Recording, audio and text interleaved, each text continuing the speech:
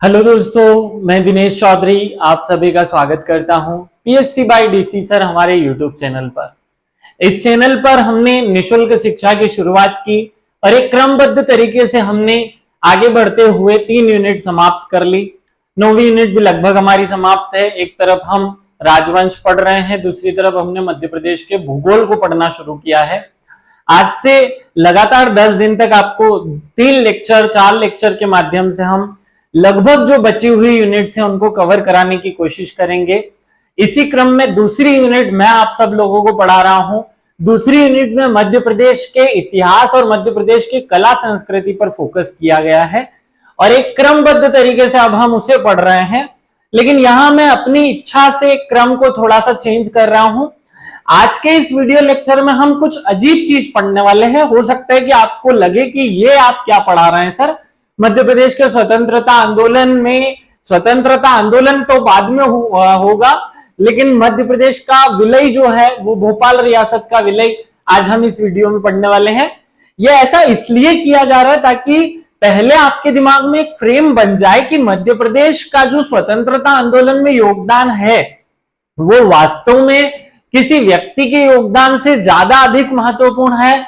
जो रियासतों के रूप में या जनप्रतिनिधि जो कि किसी न किसी रियासत से जुड़े हुए थे उनके द्वारा जो योगदान दिया गया वो ज्यादा महत्वपूर्ण है। तो आगे हम शुरू करते हैं, बहुत सारी बातें आगे हम करेंगे, लेकिन सबसे पहले एक विशेष बात जो मैं आपको बताना चाहता हूं कि आज से आप लगातार 10 दिन तक कितने भी व्यस्त हो टाइम निकालकर इस चैनल पर बने रहें, क्योंकि हम बहुत महत्वपूर्ण तैयारी आपको इस 10 दिन में करवाने वाले हैं। देखिए, मैं चाहता तो 50 दिन में कैसे पढ़ाई करनी है, 45 दिन में कैसे पढ़ाई करनी है, इसका एक वीडियो बना देता, लेकिन मुझे लगता है कि आप बोले उससे अच्छा होता है कि करके दिखाएं। तो मैं कोशिश कर रहा हूं कि अगले 10 दिन में आपको कुछ करके दिखाऊं इस प्लेटफॉर्म पर, और हम ऐसा पढ़ने की कोशिश करें जो आपके सिलेक्शन में एक और चरण साबित हो, एक और स्टेप साबित हो हमारी तरफ से योगदान के रूप में।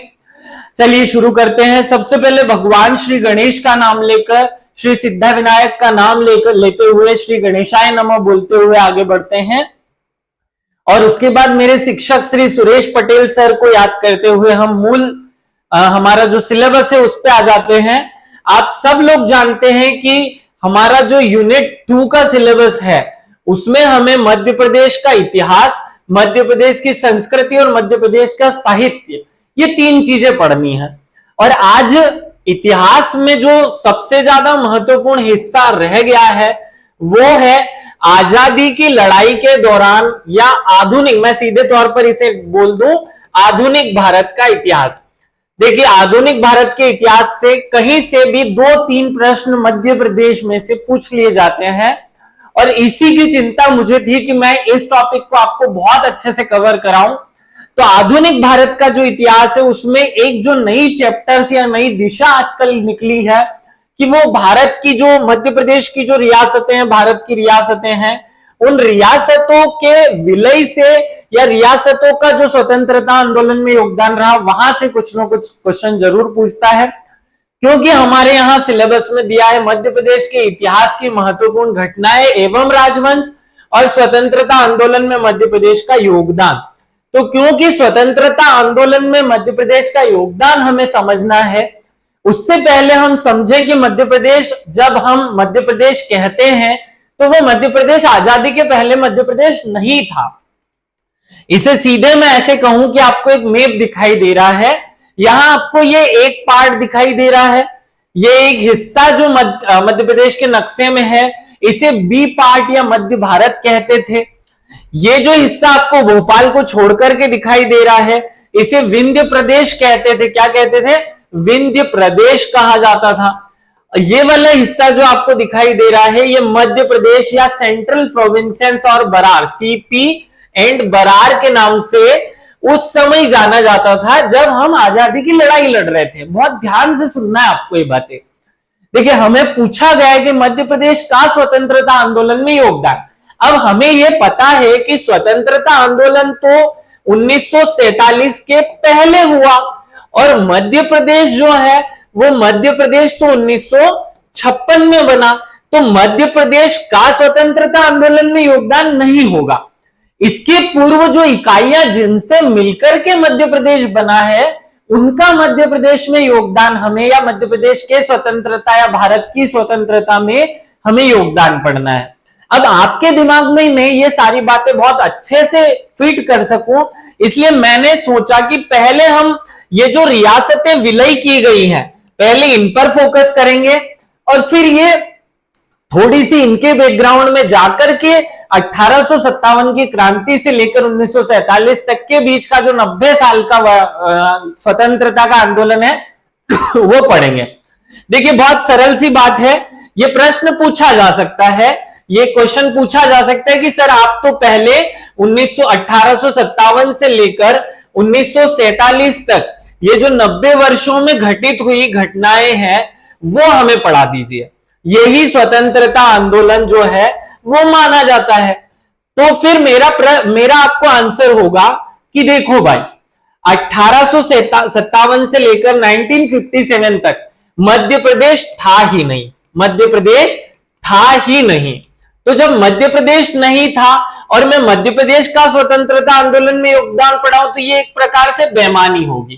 पहले हमें उन घटकों को पढ़ना चाहिए या उन घटकों की जानकारी लेनी पड़ेगी जो असली में यहां थे, अर्थात मध्य प्रदेश किन किन से मिलकर के बना था, मध्य प्रदेश किन किन रियासतों से मिलकर के बना है, उन सब पार्ट्स को हमें पहले समझना है। फिर उनका हम 1857 से लेकर 1947 तक का योगदान पढ़ेंगे तो भारत की स्वतंत्रता में मध्य प्रदेश का योगदान एकदम अच्छे से आपको क्लियर हो पाएगा। तो इसके लिए हमें ये याद रखना है कि मध्य प्रदेश, जो कि मध्य प्रदेश था, वो स्वतंत्रता के पहले 1947 से लेकर 1956 तक इस रूप में रहा। एक राज्य हुआ करता था मध्य भारत, एक हुआ करता था विंध्य प्रदेश, एक हुआ करता था मध्य प्रदेश या जिसे हम सेंट्रल प्रोविंस एंड बरार कह दें, और एक स्पेशल हिस्सा हुआ करता था जिसे हम भोपाल कहते थे।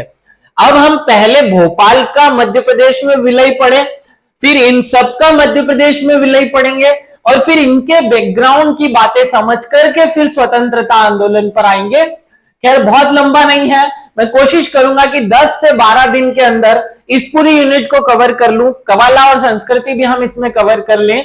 थोड़ा स्पीड में अपनी बढ़ाकर रखूंगा, आप लोग मेरे साथ थोड़ा कोऑपरेट कीजिएगा, क्योंकि मुझे 15 दिन के अंदर अंदर ये सब कुछ कराकर आखिरी के 1 महीने में आपको केवल और केवल प्रैक्टिस करानी है। अभी बहुत सारा हिस्सा और भी बाकी है, उस पर भी फोकस करेंगे, लेकिन आखिरी का 1 महीना केवल प्रैक्टिस करी जाएगी। चलिए शुरू करते हैं। 1947 में जब भारत को आजादी प्राप्त हुई, अब आप सोचना कि 1947 में भारत आजाद हो गया, 15 अगस्त 1947 को हमें आजादी मिल गई। और आजादी किस योजना से मिली? तो उसे हम माउंटबेटन योजना कहते हैं। क्या कहते हैं? माउंटबेटन योजना। तो माउंटबेटन योजना जो थी उसने 2 राज्यों के रूप में, 2 अलग अलग देशों के रूप में हमारे देश को बांटा। 3 जून 1947 को एक योजना अंग्रेज प्रकाशित करते हैं और वे आत्मनिर्णय का अधिकार दिए जाने के कारण अनेक उलझनें उत्पन्न कर देते हैं भारत में। वायसराय द्वारा घोषणा की गई कि भारतीय रियासत अपने भाग्य का निर्णय स्वयं करेंगी, अर्थात दोनों राज्यों भारत और पाकिस्तान में से किसी भी राज्य में मिल सकती हैं। क्योंकि अगर हम फोकस करें कि भाई भारत आजादी के पहले कैसा था, तो भारत आजादी के पहले बहुत सारे टुकड़ों में डिवाइड हुआ करता था, भारत होता ही नहीं था, भारत असली में भारत था ही नहीं। या तो एक अलग रियासत या एक ये अलग रियासत, ऐसी दुनिया भर की बहुत सी रियासतें, आगे हम वो भी पढ़ेंगे कि एकीकरण कैसे हुआ, लेकिन अलग अलग रियासतों के रूप में भारत था। अब हम पढ़ रहे हैं कि 1947 में अगर भारत आजाद हो गया और 1 जून 1947 तक, 1 जून 1949 तक हमने भोपाल का भारत में विलय नहीं किया था, तो 1 जून इस 1947 से लेकर 1949 तक इन 2 वर्षों में भोपाल में क्या क्या हुआ वो हमें समझना है। अगर वो हम समझ गए तो फिर इन नेताओं के नाम जो यहां हमें सुनने में आएंगे वही स्वतंत्रता आंदोलन में भी हमें पढ़ने में आएंगे, वो हम बाद में आगे पढ़ेंगे। इसी के बाद वो शुरू किया जाएगा। तो हमारी ये जो भोपाल रियासत है, क्योंकि ये बेगमों के अधीन हुआ करता था, ये एक बेगम का फोटो लगा रखा है हमने, ये भोपाल रियासत के विलीनीकरण के लिए स्वीकार नहीं या तैयार नहीं थे, ये नहीं चाहते थे कि भोपाल रियासत को भारत में विलय किया जाए। अब हम देखते हैं कि उस समय कौन था। भोपाल रियासत के तत्कालीन नवाब, जो उस समय आजादी के समय नवाब थे, वो नवाब हमीदुल्ला थे। ये उनका फोटो है। नवाब जान करके ऐसा मुस्लिम फोटो मत इमेजिन करना, वे सूट बूट पहन करके इसी प्रकार रहते थे। 1926 में नवाब ने नवाब का पद ग्रहण किया था। इनसे पहले तो बेगमों का शासन होता था। तो नवाब ने जब अपना पद ग्रहण किया, उसके बाद अनेक वर्षों तक वो अच्छे से शासन करते रहे। लेकिन जब 1947 में हमारा देश आजाद हुआ, तो नवाब ने अपनी गद्दी छोड़ने से मना कर दिया कि भाई मैं भारत में विलय नहीं करूंगा, हमें भारत में विलय नहीं करना है, क्योंकि अंग्रेज हमें स्वतंत्रता देते हैं कि हम अपना स्वतंत्र अस्तित्व बनाए रख सकते हैं, इसलिए हम स्वतंत्र रहेंगे। भोपाल का नवाब रियासत को पूर्ण स्वतंत्र छोड़ने का पक्षपाती था, और वह भोपाल को एक स्वतंत्र इकाई बनाए रखना चाहता था। मतलब नवाब का मानना था कि भाई भोपाल जो है वो अपनी इच्छा से किसी में भी मिलना नहीं चाहती। यहां प्रॉब्लम थी कि जो शासक थे वो मुस्लिम थे, और जो जनता थी जो थी वो हिंदू वर्ग में अधिक थी या हिंदू अधिक थी। इस कारण से थोड़ा सा प्रॉब्लम क्रिएट हो रहा था। अब आगे धीरे धीरे हम स्टेप बाय स्टेप समझेंगे कि क्या प्रॉब्लम क्रिएट हुआ। इससे पहले हमें दो चीजों की जानकारी ले लेनी है। 1947 से पहले हमारा जो भारत था, उस भारत में ब्रिटिश जो व्यवस्था थी या ब्रिटिश जो शासन करते थे, उसका स्वरूप कैसा था। उसका स्वरूप ऐसा था कि एक तरफ तो अंग्रेज शासन करते थे, मतलब अंग्रेजों का कोई गवर्नर या वायसराय भारत पर शासन करता था, लेकिन गवर्नर और वायसराय के अलावा उन लोगों ने एक दूसरी व्यवस्था 1924 में बना रखी थी, जिसे हम प्रजामंडल के नाम से जानते थे। अब जब आप प्रजामंडल और नरेंद्र मंडल पढ़ेंगे तो यह व्यवस्था और क्लियर होगी। तो प्रजामंडल के जो प्रिंसली थे वो 1944 में कौन बनाए गए थे। पूरे मध्य प्रदेश की जो रियासतें थी उनका एक प्रतिनिधि होता था, जो अंग्रेजों की सहायता से पूरे मध्य प्रदेश के क्षेत्र पर शासन करता था। और वो जो रियासत जो संस्था थी उसका उस समय 1944 में अध्यक्ष बनाए गए थे नवाब हमीदुल्ला। कौन बनाए गए थे? नवाब हमीद उल्ला, क्योंकि अंग्रेजों के वफादार थे, तो अंग्रेज ही वहां पर प्रमुख बनाने का काम करते थे। 1857 की क्रांति में खूब सहयोग किया है भोपाल रियासत ने, वो हम जब आगे स्वतंत्रता आंदोलन पढ़ेंगे तब की बात करेंगे, लेकिन ये एक विशेष रूप से पॉइंट हमें याद रहे। अब हम आगे चलते हैं। हमने ये समझ लिया कि भोपाल में 1947 में जब भारत आजाद हुआ तो भोपाल ने भारत में मिलने से मना कर दिया। भोपाल के राजा हुआ करते थे, नवाब हुआ करते थे, नवाब हमीदुल्ला, और नवाब हमीदुल्ला जो है वो अपने आप को स्वतंत्र रखना चाहते थे, अपनी रियासत को स्वतंत्र रखना चाहते थे। इनकी खासियत हमने ये देख ली है कि ये उस समय जो है नरेंद्र मंडल के अध्यक्ष हुआ करते थे या प्रमुख हुआ करते थे। भोपाल राज्य में नाम मात्र की चुनी हुई सरकार थी। उस समय भोपाल में कोई नाम मात्र की सरकार थी, जिसे जनता की सुख सुविधाओं से कोई लेना देना नहीं था। वहां तो केवल नवाब के शुभ चिंतक थे, क्योंकि इस सरकार के प्रतिनिधि नवाब द्वारा नामजद किए गए थे। देखो, अब वास्तविक स्वरूप पे समझते हैं कि 1947 में जब भारत आजाद हो गया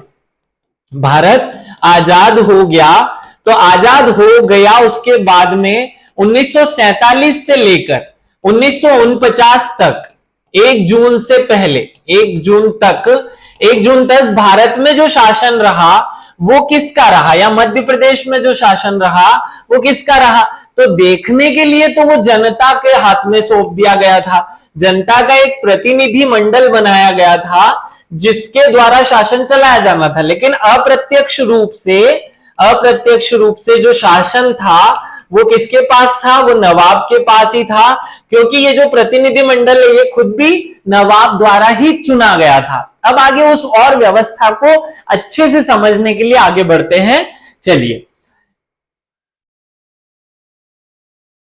अतः हमीदुल्ला खां जनता में शासन के प्रति फूट रहे आक्रोश को जानते थे और इस दृष्टि से उन्होंने एक योजना बनाई। देखो, नवाब हमीदुल्लाह मुस्लिम वर्ग के थे, जनता हिंदू थी, जनता चाहती थी कि भारत में विलय कर दिया जाए, नवाब विलय नहीं करना चाहते थे। ऐसी स्थिति में नवाब जानते थे कि अगर जनता की बात नहीं मानी गई तो जनता आंदोलन करके भोपाल को भारत में मिला लेगी।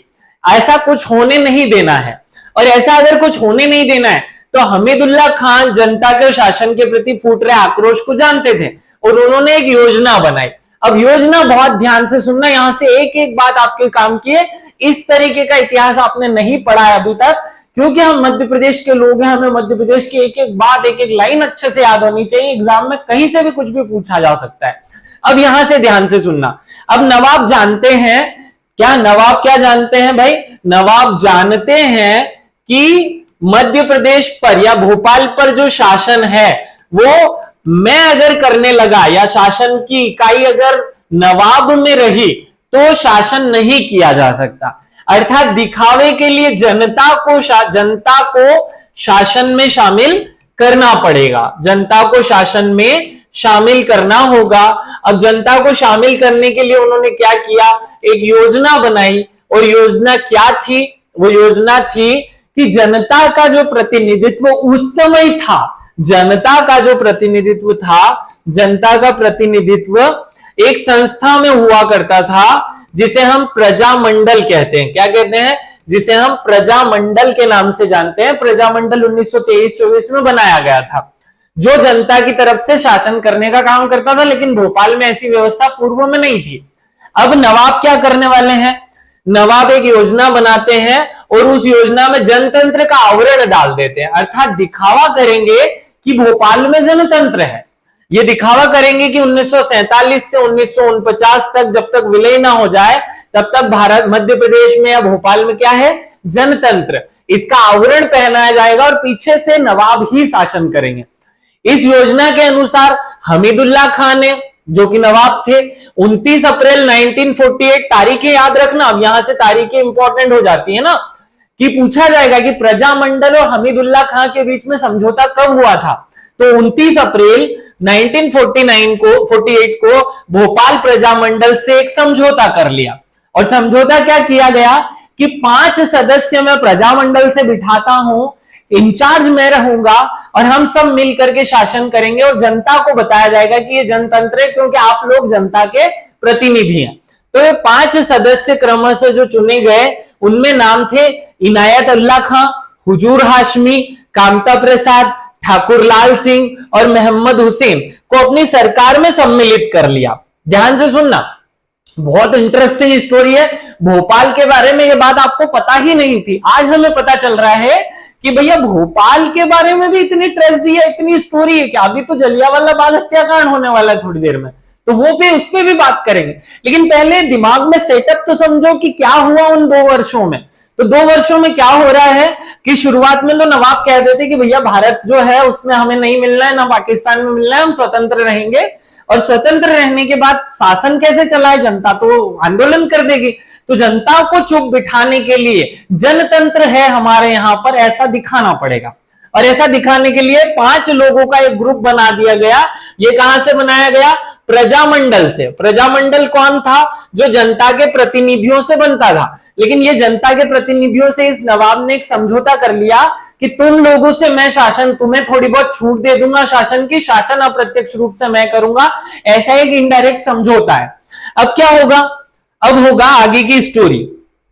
भोपाल से प्रकाशित होने वाले समाचार पत्र, आगे एक समाचार पत्र बहुत इंपॉर्टेंट रोल निभाएगा, उसका नाम था नई राह। क्या नाम था? नई राह। जिसके संपादक कौन थे? ये नाम इसलिए बता रहा हूं क्योंकि एग्जाम में ये भी पूछे जा सकते हैं। नाम थे रतन कुमार गुप्ता और सह संपादक थे सूरजमल जैन। बहुत ध्यान से सुनना। उस समय एक न्यूज़पेपर भोपाल में छपा करता था जिसका नाम था नई राह। क्या नाम था? नई राह। और इसके संपादक कौन थे? इसके संपादक थे रतन कुमार गुप्ता। रतन याद रख लो एक पॉइंट, और सह संपादक थे सूरजमल। तो सूरज और रतन ये दोनों आप याद रख लेंगे, सूरजमल जैन और रतन कुमार गुप्ता। ये इस समझौते का पता लगा लेते हैं इनको पता चल जाता है कि भाई भोपाल में तो षड्यंत्रकारी सरकार चल रही है, ऐसी सरकार चल रही है जिसने नवाब से समझौता कर रखा है, दिखाने के लिए जनता के प्रतिनिधि और इनडायरेक्टली सारा जो डिसीजन है वो नवाब कर रहा है। तो इस बात से जनता की आकांक्षाओं को प्रकाशित कर भोपाल राज्य के दूर दराज के ग्रामीण अंचलों, कस्बों, तहसीलों आदि में प्रसारित किया। फलतः जनता में भोपाल राज्य की सामंतशाही शासन व्यवस्था से मुक्त होने के लिए छटपटाने लगी। बहुत ध्यान से सुनना, नवाब ने जो स्कीम अपनाई है अपने आप को स्वतंत्र रखने की, यह हमें नहीं पता थी, अब पता चल जाए। आपको विभिन्न चरणों में ये बातें याद रखनी है। पहली चरण हमने देखी कि उसने नवाब ने क्या किया, एक योजना बनाई, योजना के तहत प्रजामंडल से समझौता कर लिया। प्रजामंडल से समझौता किया, इस बात की जानकारी किसको मिल गई, इस नई राह को, नई राह नाम के न्यूज़पेपर ने न्यूज में छापना शुरू कर दिया कि ये समझौता तो ऐसे किया गया, जनता को पागल बनाने के लिए किया गया। इससे जनता में सामंतशाही शासन व्यवस्था के से मुक्त होने के लिए छटपटाने लगी, आंदोलन शुरू हो गए। अब आंदोलन शुरू होंगे विलयनकारी आंदोलन या विलीनीकरण के लिए आंदोलन। उससे पहले क्या होगा, भोपाल का नवाब हमीदुल्ला खां जो मंत्रिमंडल में निम्नलिखित सदस्य थे वो हमें याद होने चाहिए। तो ये भाई जनता को और असंतोष में जाने से रोकने के लिए, जनता को चुप रखने के लिए और एक स्कीम लगाता है, उसी में से अपने आप को हटा लेता है और एक आदमी को प्रधानमंत्री, दूसरे को उप प्रधानमंत्री, क्योंकि अब भोपाल तो एक देश है ना। अगर भोपाल स्वतंत्र है, भोपाल 1947 से लेकर 1949 तक स्वतंत्र है, तो फिर ये तो एक देश हो गया और जो भी देश होगा उसका प्रमुख कौन होगा, प्रमुख होगा प्रधानमंत्री। कौन होगा, प्रधानमंत्री। तो अब नवाब क्या करेंगे, नवाब करते हैं एक प्रधानमंत्री की नियुक्ति। प्रधानमंत्री का नाम होता है अवध नारायण बिसारिया। हिंदू को बनाया जाता है जानबूझकर। उप प्रधानमंत्री बना दिया जाता है पंडित चतुर नारायण मालवीय को। नाम सब याद रखने, ये पूछे जाते हैं ना कि भोपाल का पहला प्रधानमंत्री कौन था, अवध नारायण बिसारिया। पहला उप प्रधानमंत्री कौन था, चतुर नारायण मालवीय। और मंत्री बना देते हैं वो कर्नल नवाब जादू, रशीदुल्ला, के.एफ. हैदर, मोहम्मद हुसैन, मिस्टर कांता प्रसाद, शेख प्रताप सिंह, श्री हुजूर और श्री लाला मुकुल राज। इन सब लोगों को मंत्री बनाया जाता है, इन्हें उप प्रधानमंत्री और इन्हें प्रधानमंत्री बना दिया जाता है। और जनता के सामने ये शो ऑफ किया जाता है कि भैया भोपाल की जो रियासत है, भोपाल जो कि एक देश है, क्योंकि अभी वो भारत में मिला तो है नहीं, भोपाल में तो भारत में तो विलय 1 जून 1949 को होगा। तो उससे पहले इस देश का प्रधानमंत्री मैं नवाब नहीं हूं, ये आदमी है और ये अब देश में शासन करेगा, भोपाल में शासन करेगा। इनडायरेक्टली ये एक कठपुतली सरकार है जो नवाब ने बना रखी है। आगे क्या होगा, आगे ध्यान से सुनते हैं। तत्कालीन समाचार पत्रों ने मंत्रिमंडल के बहुरंगी मंत्रिमंडल कह करके उसकी तारीफ करना शुरू किया, क्योंकि नवाब के इन्फ्लुएंस में चल रही थी ना बातें। नवाब चाहता था कि लोग मंत्रिमंडल को जनता का प्रतिनिधि स्वीकार कर ले और धीरे से हम एक शासन व्यवस्था स्थापित कर ले। तो शुरुआत में तो सभी पत्र पत्रिकाओं ने तारीफ की, लेकिन जैसे ही उस न्यूज़पेपर को पूरी बातें पता थी, तो प्रारंभ में मंत्रिमंडल ने नवाब की हां में हां मिलाई, लेकिन समाचार पत्र नई राह ने अपना प्रकाशन किया और उससे हामिदुल्ला और प्रजामंडल के मध्य हुए समझौते की पोल खोल दी। क्या हुआ, जो नई राह नाम का न्यूज़पेपर था उसने ये न्यूज में छापा कि भैया ये लोगों ने तो आपस में समझौता करके जनता को पागल बनाया है। और जैसे ये पोल खुलती है, अब स्थितियां गड़बड़ होना शुरू होगी। लेकिन अभी भी नवाब मानेंगे नहीं। नवाब अब अपने तरकश में से एक तीर और निकाल करके फेंकने वाले। आगे वो सुनते हैं वो क्या हुआ। आपको समझ में आ गया। अब जनता धीरे धीरे आक्रोशित होने लगती है भोपाल के नवाब के प्रति, लेकिन फिर भी शासन भोपाल में नवाब का ही चल रहा है। इस तरह तत्कालीन प्रकाशनों ने दोनों दलों के मध्य हुए समझौते की असलियत जो है उस पर प्रश्न चिन्ह खड़ा कर दिया। परिणाम स्वरूप 15 मई 1948, ये तारीख फिर से याद रखना, 15 मई 1948 को प्रजामंडल के कार्यकर्ताओं की एक सभा होती है जिसमें लगभग 200 कार्यकर्ता, क्योंकि प्रजामंडल तो जनता की चुनी हुई इकाई हुआ करती थी, तो प्रजामंडल के लोगों को भी जब पता चला कि हमारे बड़े बड़े नेताओं ने नवाब से समझौता कर लिया, तो प्रजामंडल की एक बैठक होती है 15 मई 1948 को, और उस कार्यकर्ताओं के सम्मेलन में सारे बड़े बड़े नेता, लगभग 200 कार्यकर्ता शामिल होते हैं और खूब जम से हंगामा मचाया जाता है जिन लोगों ने सरकार में भागीदारी करके जनता का गला घोटा था। अब क्या होगा, 2 जून 1948, ये और तारीख याद रखो, को भोपाल के प्रजामंडल से शाकिर अली खान ने प्रजामंडल से त्यागपत्र दे दिया। ये असली में आपको लग रहा होगा कि प्रजामंडल भंग हो गया, प्रजामंडल जो है वो भंग नहीं हो रहा है, ये भी नवाब की एक नई चाल है। अब ध्यान से सुनो, ये वाली बात और समझो। देखो प्रजामंडल कौन है? प्रजामंडल है जनता का प्रतिनिधि। क्या है? जनता का प्रतिनिधि सभा। प्रतिनिधि सभा जो चाहे वो कर सकती है, क्योंकि जनता उसी में शामिल है। लेकिन ये जो प्रजामंडल है इसके दो हिस्से हैं, एक तरफ इसमें हिंदू है और एक तरफ इसमें मुस्लिम है, और ये दोनों के कॉम्बिनेशन से चलने वाली एक सरकार है या एक संस्था है। अगर प्रजामंडल चाहेगा तो आंदोलन होगा और प्रजामंडल चाहेगा तो आंदोलन नहीं होगा। अब नवाब को पता चल गया कि भाई जैसे ही हमारी पोल खुली, क्या हुआ? पोल खुली कि हमने तो प्रजामंडल से समझौता किया हुआ है और जनता इस बात को झेलेगी नहीं, तो प्रजामंडल में ही तोड़ फोड़ करने की कोशिश करते हैं नवाब। अब नवाब का नया पेतरा, नवाब क्या करते हैं? नवाब करते हैं कि प्रजामंडल को क्यों ना तोड़ दिया जाए। तो क्योंकि प्रजामंडल में भी हिंदू और मुसलमान दो पक्ष हैं, हिंदुओं के नेता जो है शंकर दयाल शर्मा है और मुस्लिमों के नेता है शाकिर अली। कौन है? शाकिर अली खान। ये नाम याद रख लेना, हिंदुओं के नेता का नहीं भी रखोगे तो चलेगा, क्योंकि वो तो आगे आने वाले हैं, अब आगे फिर वो नेता बनेंगे। तो शाकिर अली खान से वो समझौता कर लेते हैं, गुप्त समझौता। आगे क्या होगा यहां ध्यान से सुनो।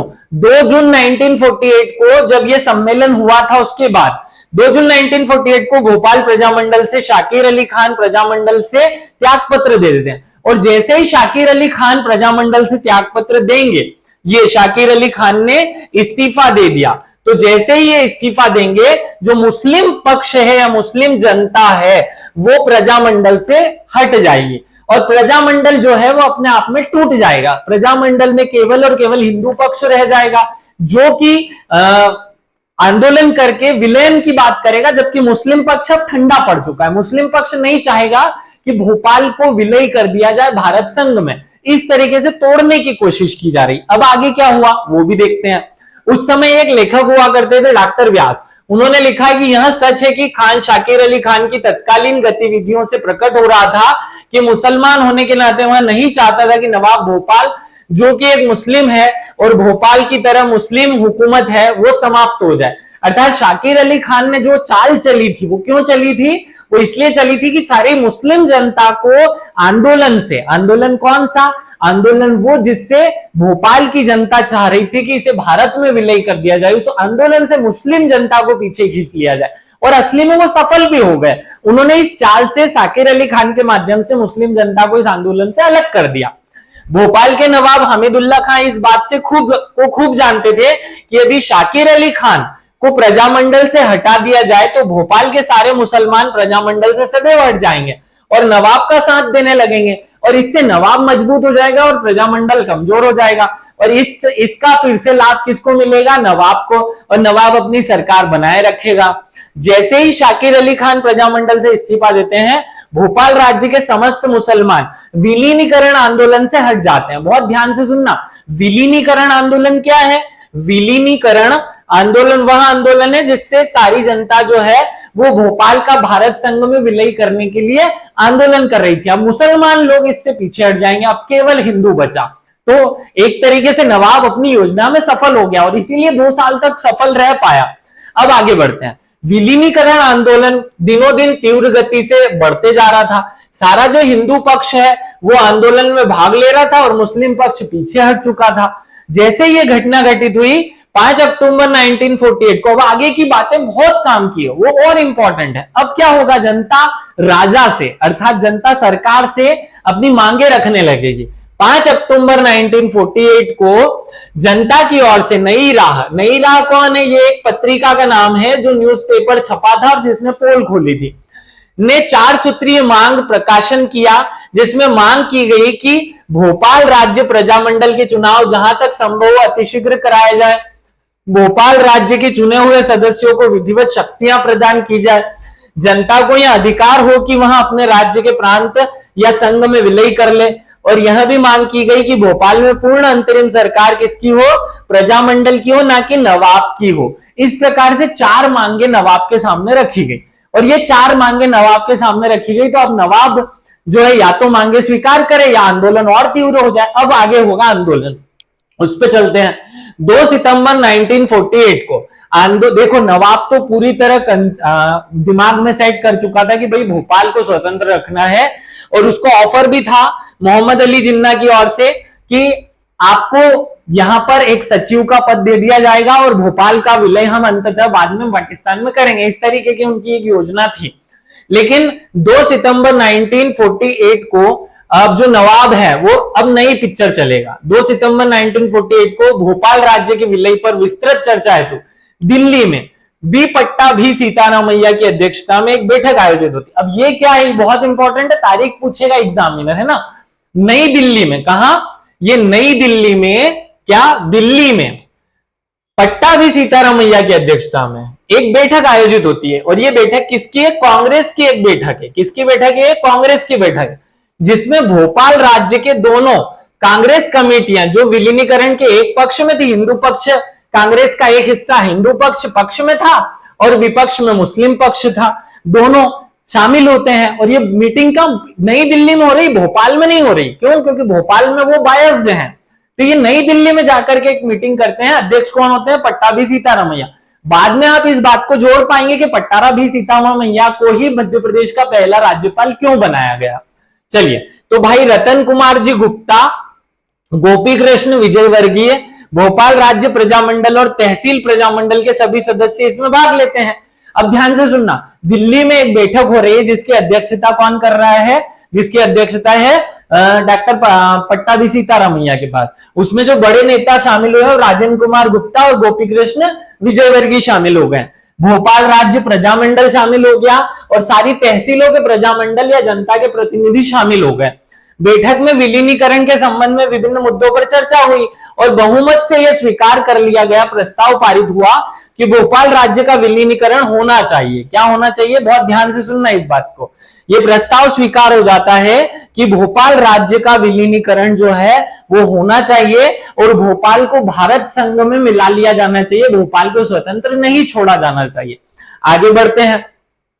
15 सितंबर को नवाब एक फरमान जारी करता है। अब देखो, इधर दिल्ली में एक बैठक हुई, उधर नवाब ने एक फरमान जारी कर दिया इस विलीनीकरण को रोकने के लिए। और फरमान क्या है? फरमान है कि समाचार पत्रों के प्रकाशन, सार्वजनिक स्थलों, बहुत ध्यान से सुनना, ये तारीख पूछेगा, है ना। 15 सितंबर 1948 को जो नवाब है वो फरमान जारी करेगा और यही अंत में आक्रोश पैदा करेगा जनता में। तो इस फरमान के बाद समाचार पत्रों के प्रकाशन पर, सार्वजनिक स्थानों के ऑल इंडिया रेडियोस पर और जो बाकी की सामग्रियां प्रकाशित होती हैं, जो जनता को इंफॉर्मेशन पहुंचाती है, सब पर प्रतिबंध लगा दिया जाता है।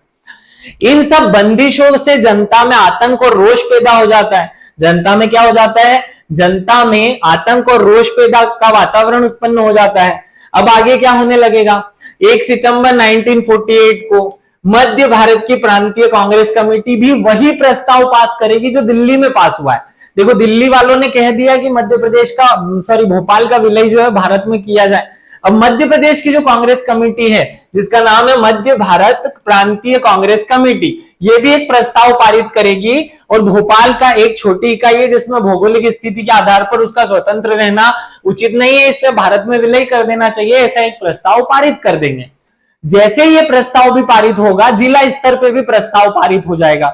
तो देश के स्तर पे हो गया, राज्य के स्तर पे हो गया। अब पूरी तरह कांग्रेस और प्रजामंडल जो है वो विलय करने के मूड में है, लेकिन नवाब नहीं चाहता। तो नवाब ने एक प्रस्ताव, फरमान जारी कर रखा है कि भाई कोई भी प्रकाशन नहीं होगा, कोई रेडियो नहीं चलाएगा भोपाल में, ये सब चीजें होने लगती हैं। भोपाल विलीनीकरण आंदोलन अपने चरमोत्कर्ष पे पहुंचता है।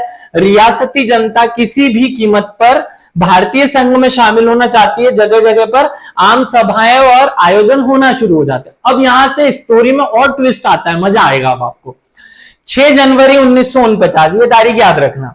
देखो, 1 सितंबर 1948 को सब जगह से कांग्रेस ने बोल दिया कि भैया भारत में इसका विलय होना चाहिए। 6 जनवरी 1949 को बरेली में एक सभा आयोजित होती है जिसमें पुलिस द्वारा प्राण घातक लाठीचार्ज की जाती है। ये बहुत ध्यान से सुनना, ये पूछेगा, बरेली घटना किसे कहते हैं? तो बरेली घटना यही है भैया। देखो बरेली में एक सभा हो रही है, क्यों सभा हो रही है कि भोपाल का विलय करना है। क्या करना है? भोपाल का विलय करना है। तो भोपाल का विलय करने के लिए एक सभा हो रही थी, सभा में पुलिस जाती है और पुलिस कर देती है हमला, जिसमें 18 वर्षीय राम प्रसाद सिनवाई, नाम याद रखना, राम प्रसाद सिनवाई, और 35 वर्षीय जो व्यक्ति हैं इनका नाम भी याद रख लेना, 35 वर्षीय जुगराज, ये दोनों शहीद हो जाते हैं। जैसे ही वहां पुलिस पहुंचती है, पुलिस गोली चला देती है और बरेली ग्राम में एक घटना होती है। तो ये बरेली ग्राम का जो घटना है, ये इससे भी बड़ी घटना आगे होने वाली है। अब आगे देखो और क्या होता है, आगे बढ़ेंगे तो जब हम देखते हैं तो ये एक जलियांवाला बाग हत्याकांड का फोटो हमने लगा रखा है, ये ध्यान से सुनना। 14 जनवरी 1949, ये तारीखें याद रखना। बरेली ग्राम की घटना हो गई, उसके बाद एक नई और घटना हो रही है। अब आगे क्या होगा? 14 जनवरी 1949 को कुंवर विजय सिंह पटेल की अध्यक्षता में, ये नाम याद रखना है ना, किसकी अध्यक्षता में हो रहा था, ये एग्जाम में पूछा जा चुका है। ये क्या पूछेगा कि 14 नवंबर 1949 को कुंवर विजय सिंह पटेल की अध्यक्षता में एक सभा का आयोजन बोराज गांव में, पहले कहां हुआ था? बरेला ग्राम में हुआ था। देखो पहले हुआ था बरेली ग्राम में और अब हो रहा है बोराज गांव में शोकपुर घाट पर। कहां पर? बरेला गांव में शोकपुर घाट पर एक सभा हो रही थी जिसमें सैकड़ों लोग शामिल हुए। और इस दिन क्या थी? संक्रांति। आपको याद आ रहा है 13 अप्रैल 1919 को मकर संक्रांति के दिन जलियांवाला बाग नाम के स्थान पर जनरल डायर ने जाकर गोली चलाई थी, वैसे ही यहां होने वाला है। संक्रांति के दिन एक सभा हो रही थी। फलतः इस विलीनीकरण सभा में आसपास के सभी स्त्री, पुरुष, बच्चे आदि ने भाग लिया था, क्योंकि त्योहार था ना, त्योहार में सब लोग खुशी खुशी में सभा में शामिल हो गए। अब देखो अभी तक यहाँ जो निशान आ रहे थे इस तरीके वाले काले थे, अब यहाँ क्या, क्योंकि आंदोलन में खून ही खून बहेगा इसलिए लाल हो गए हैं। तो बैजनाथ गुप्ता द्वारा झंडा फहराया गया। किसने झंडा फहराया ये भी याद रखना, बैजनाथ गुप्ता, नाम क्या है? बैजनाथ गुप्ता द्वारा झंडा फहराया गया। और विजय विश्व तिरंगा प्यारा गाना गाया गया, ऊंचा रहे हमारा, ये भी गाना गाया। इसके बाद क्या हुआ, अब आगे की स्टोरी सुनो। आगे आपको यहाँ एक पुलिस वाला और एक छोटा बच्चा दिख रहा है, यहां से आंदोलन शुरू होता है। नवाबी थानेदार, नवाबी थानेदार मतलब नवाब का थानेदार, नवाब की पुलिस थी ना, नवाब का शासन था, तो थानेदार कौन? नवाब का हुआ। नवाबी थानेदार कर्कश ध्वनि वहां पहुंचता है और वो कहता है कि किसी के मुंह से आवाज निकली, झंडा वंदन किया गया तो गोली मार दी जाएगी। अब इतना क्योंकि भारत की जनता, हिंदू जनता सुन ले कि भैया हमारे ही राज्य में हमें ही गोली मार दोगे, तो फिर एक छोटा बच्चा खड़ा होता है, 16 वर्षीय छोटे लाल। अब यहां से नाम याद रखना शुरू कर देना। 16 वर्षीय छोटे लाल थानेदार के सामने आया और चिल्ला चिल्ला कर कहने लगा कि अगर विलीनीकरण होकर रहेगा, भैया विलीनीकरण तो क्या होकर रहेगा। फलतः जामिल थानेदार, मतलब ये जो थानेदार था, ये थानेदार ने बालक छोटे लाल पर गोली दाग दी। और छोटे लाल, ये जो दिखाई दे रहा है ना छोटे लाल, इसके हाथ में झंडा था, ये नीचे गिरने वाला था। जैसे ही झंडा नीचे गिरने वाला होता है, एक युवक जो कि 25 साल का होता है, उसके जमीन पर गिरते ही सामने आ गया 25 वर्ष का बन सिंह। क्या नाम है इसका? बन सिंह, जिसने सीने पर 2 गोलियां खाने के बाद भी झंडे को नहीं गिरने दिया। मतलब वहां एक फिल्मी मूवमेंट पैदा होता है, बहुत ध्यान से सुनो। एक सभा हो रही थी, सभा में एक थानेदार आता है और बोलता है कि भैया कोई भी भारत का झंडा नहीं फहराएगा, या तो भोपाल का झंडा फहराया जाना चाहिए, कोई भी चूचा नहीं करेगा। एक छोटा बच्चा 16 साल का छोटे लाल आता है कि भैया भोपाल का तो अब विलय हम करके रहेंगे, भोपाल आप कुछ नहीं हो, भोपाल का विलय होगा। वो बोलता है कि चुप रहे नहीं तो मैं गोली मार दूंगा। और जैसे ही वो कहता है कि नहीं भोपाल का विलय होगा, वो पुलिस वाला थानेदार छोटे लाल को गोली मार देता है। छोटे लाल के हाथ में एक झंडा था। ये झंडा नीचे गिरने ही वाला था, इससे पहले एक युवक और उठ के आता है जिसका नाम है बन सिंह। बन सिंह उस झंडे को गिरने नहीं देता और पकड़ लेता है, फिर उसको पकड़ता है तो बन सिंह को 2 गोली मारी जाती है। जैसे ही बन सिंह गिरने वाला होता है, अब तीसरा आदमी आएगा, आगे देखो। तत्पश्चात झंडा मंगल सिंह नाम का लड़का ले लेता है, जो कि बोरास गांव का निवासी था। आगे आया और उसने भी गोलियों का निशाना बनना पड़ा और वो भी शहीद हो गया। अभी तक 3 बच्चे शहीद हो चुके हैं। तत्पश्चात भंवार गांव के 25 वर्षीय विशाल सिंह, चौथा लड़का आया। विशाल सिंह सामने आता है और थानेदार की गोलियों से, थानेदार जो है वो उसे भी गोलियों का निशाना बना देता है। मतलब विशाल सिंह भी शहीद हो गया।